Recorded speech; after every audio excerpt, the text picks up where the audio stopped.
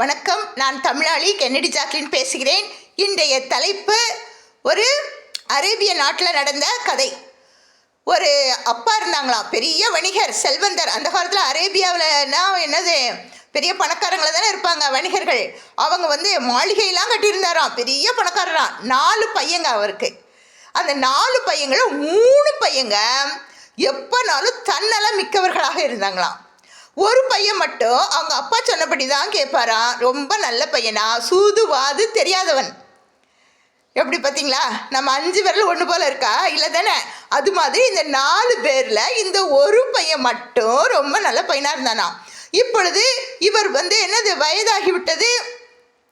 அதனால் சொத்தெல்லாம் பங்கு வைக்கணும் தானே. அதற்குள்ளே இவர் என்ன பண்ணாரா, பெரிய பையனை கூப்பிட்டு 4 பேருக்கும் சமமாக பங்கு வச்சுக்கப்பா சொத்தை அப்படின்னு சொல்லிட்டு அவர் இறந்துட்டார். இறந்த உடனே இந்த 3 பேரும் என்ன பண்ணாங்களா, சதி திட்டம் தீட்டினாங்களாம். 3 பேரும் நமக்கெல்லாம் சொத்தை வச்சுக்கலாம், நம்ம தம்பிக்கு கொஞ்சோண்டு சொத்தை கொடுத்துடலாம் அப்படின்னு சொல்லிட்டு சொத்தை என்ன பண்ணிட்டாங்களா, பிரிக்கும்போது பெரிய பெரிய மாளிகை, ஏக்கர் கணக்கு நிலம், லட்சக்கணக்கில் அந்த வெள்ளி இருக்குல்ல, அந்த வெள்ளி தங்கம் அந்த நாணயங்களெல்லாம் வச்சுக்கிட்டாங்களாம். வச்சுக்கிட்டு இந்த பையனுக்கு வெறும் 1000 தான் கொடுத்தாங்களாம். $1000 மட்டும். டாலர்னால் அந்த காயின்ஸ் கொடுத்துருக்காங்க. இப்போது அதுக்கப்புறம் ஒரு சஹாரா பாலைவனம் மாதிரி ஒரு பாலைவனத்தில் போய் கொஞ்சோண்டு இடத்த கொடுத்து அதில் ஒரு சின்ன ஒரு வீடு, அந்த இடத்த கொடுத்துட்டாங்களாம். கொடுத்து நீ அங்கே போன்னு சொல்லிட்டாங்களாம். இவனும் என்ன பண்ணாங்க, அண்ணங்களெல்லாம் எந்த காலத்தில் எதிர்த்து பேச முடியாது, அடிச்சு போடுவானுங்கப்பா சாமி. அந்த அவன் தானே, அண்ணங்க கிட்டலாம் பேச முடியாதுல்ல. அதனால் என்ன பண்ணாங்கன்னா, இவரும் பயந்து போய் சரின்ட்டு கிடைச்சது போதுன்ட்டு இவர் வந்துட்டாராம். இப்போ இந்த 3 பேரும் மாளிகையும் அதுமா வச்சு, அப்பா தொழில்கள்லாம் பெரிய பெரிய ஃபேக்ட்ரி மாதிரிலாம் வச்சு நல்லா சந்தோஷமாக இருக்காங்களாம். இந்த ஒரு பையனை மட்டும் போய் அந்த வீட்டை சுத்தப்படுத்துகிறாராம். காட்டுக்குள்ளே இருக்குது தானே, சஹாரா பாலைவனத்தில் இருக்குது.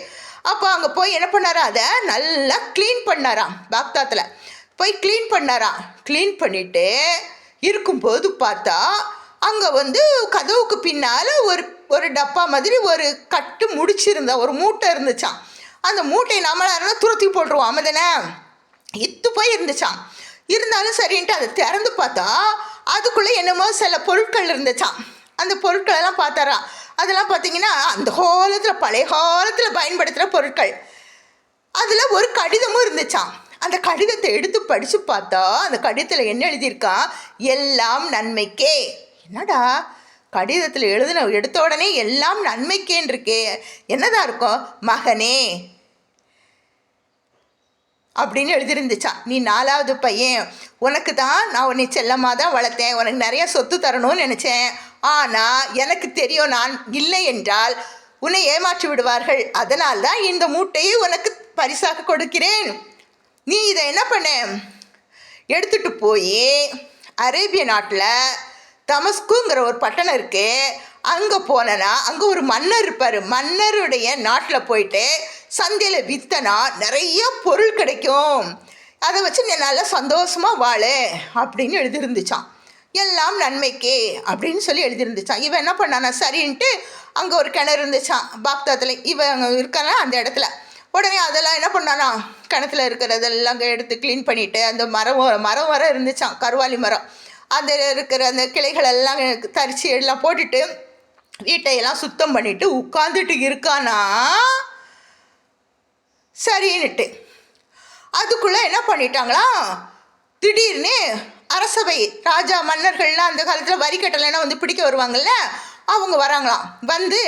நீங்கள் சொத்து பிரித்தது நாட்டுக்கு நீங்கள் தெரியப்படுத்தவில்லை, அதனால் உங்கள் அண்ணன்களுக்கும் 1000 நாணயம் காசு கொடுக்க சொல்லியிருக்கேன், பொன் காசு கொடுக்க சொல்லியிருக்கேன். அவங்க கட்டிட்டாங்க அபராத தொகை, உன்னுடைய தொகையை கொடுன்னு சொல்லி கேட்குறாங்களாம்.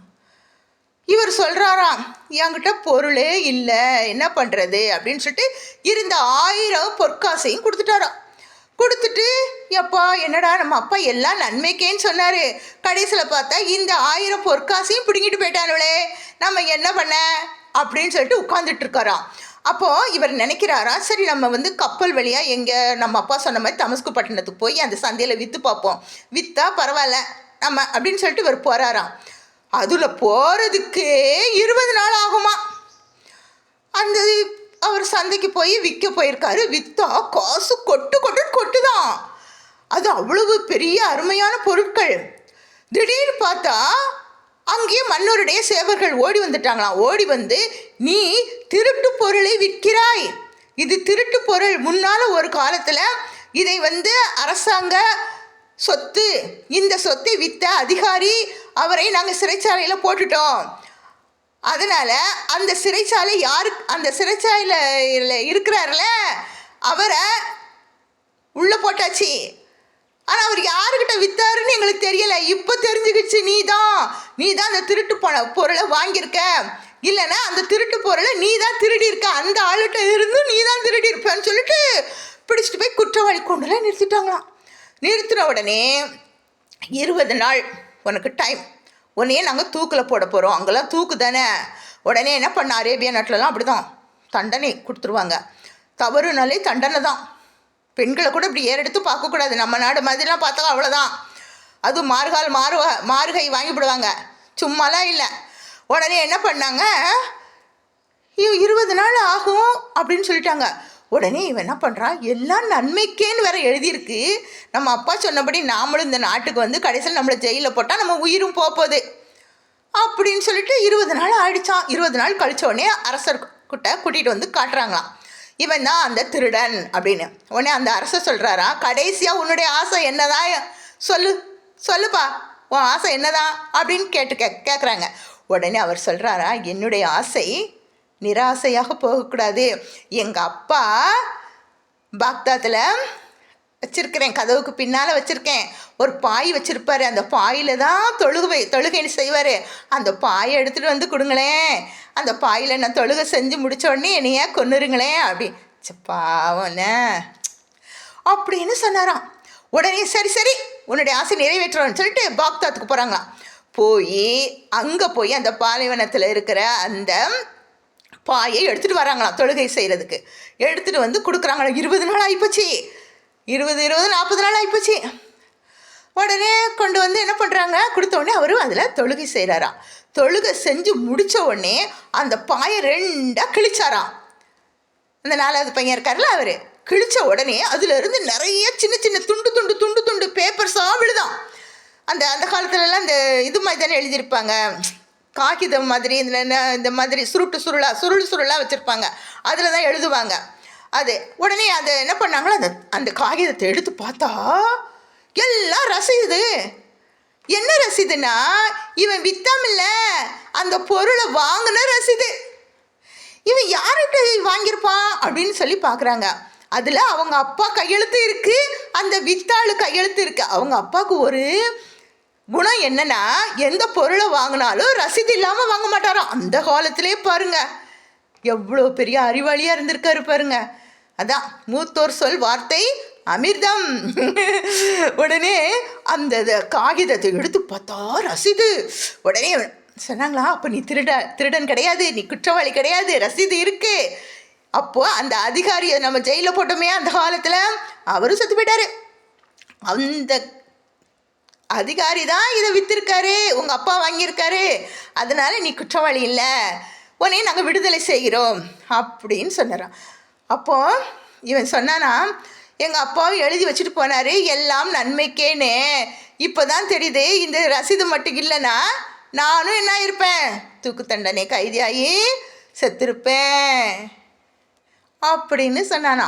உடனே அவர் சொல்கிறாரா, மன்னர் சொல்கிறாரா, நீ உங்கள் அப்பா சொன்னதை சொல்லிவிட்ட, நான் சொல்கிறதை கொஞ்சம் கேளியா அப்படின்னாரா. என்னன்னா, எங்கள் அப்பாவும் சொன்னார், இந்த அப்பாக்களே இப்படி தான் எதையாவது சொல்லிட்டு போயிடுவாங்க பாரு. எங்கள் அப்பா என்ன சொன்னார் தெரியுமா, மகனே நீ ராஜாவை ஆன உடனே, மன்னராக ஆன உடனே பாக்தாத்தில் ஒரு பாலைவனம் இருக்குது, அந்த பாலைவனத்தில் ஒரு கருங்காலி மரம் இருக்குது, அந்த மரத்துக்கு அடியில் ஒரு கிணறு இருக்குது, அந்த கிணத்துக்குள்ளே புதையல் இருக்குது, அதை நீ எடு.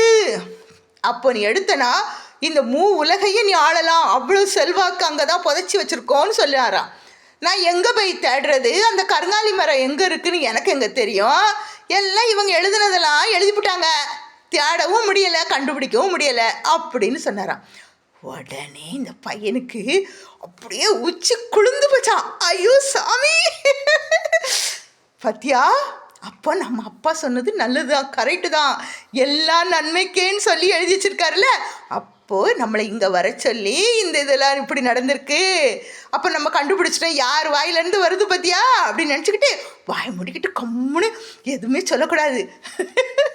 தப்பிச்சோம் பொழைச்சோன்னு சொல்லிட்டு அவர் கருங்காலி மரம்னு சொன்னது யார்? இவருக்கு அந்த வீடு, பழைய வீடுகிட்ட இருக்க கருங்காலி மரமும் அந்த கிணறும் தான். அப்போ நம்ம அப்பா நல்லதான் சொல்லியிருக்காரு, எல்லாம் நன்மைக்கேன்னு சொல்லிட்டு நேரே வந்தானா. வந்து அந்த கிணத்தை தோண்டி பார்த்தா பாப்பா பெட்டகமாக இருக்கான், தங்கம் தங்கமாக பாழம் பழமாக இருக்கான். பெரிய அண்ணன்களை விட பெரிய செல்வந்தன் ஆயிட்டானா. அதான் எல்லாம் நன்மைக்கே. எதையுமே நாம் என்ன பண்ணக்கூடாது, தூசியாக நினைக்கக்கூடாது. இந்த இடத்த கொடுத்துட்டான் விளையன்னு சொல்லிட்டு யாரையும் நம்ம என்ன பண்ணக்கூடாது, சாபம் போடக்கூடாது. கடைசியில் அவங்கள விட நம்ம சிறந்தவர்களாக வரலாம். அதான் சொல்லுவாங்க, பொட்டல் தரையாக இருக்கிறதையும் என்னது பொன் விளையும் பூமியாக மாற்றுவது யார்? நம்முடைய கை. நம்ம கை தான் என்ன பண்ணோம், அதை பொன்னாக மாற்றும் என்பதற்கு அடையாளம் எல்லாம் நன்மைக்கே என்ற இந்த கதை. இதன்படி எப்பொழுதும் நம்ம என்ன பண்ணோம், ஆராய்ச்சி செஞ்சு நம்ம யோசனை பண்ணி தான் நம்ம என்ன பண்ணணும், செயல்பட வேண்டும் என்பதற்கு எடுத்துக்காட்டு எல்லாம் நன்மைக்கே. நன்றி, வணக்கம். உங்கள் தமிழாளி கென்னடி ஜாக்லின்.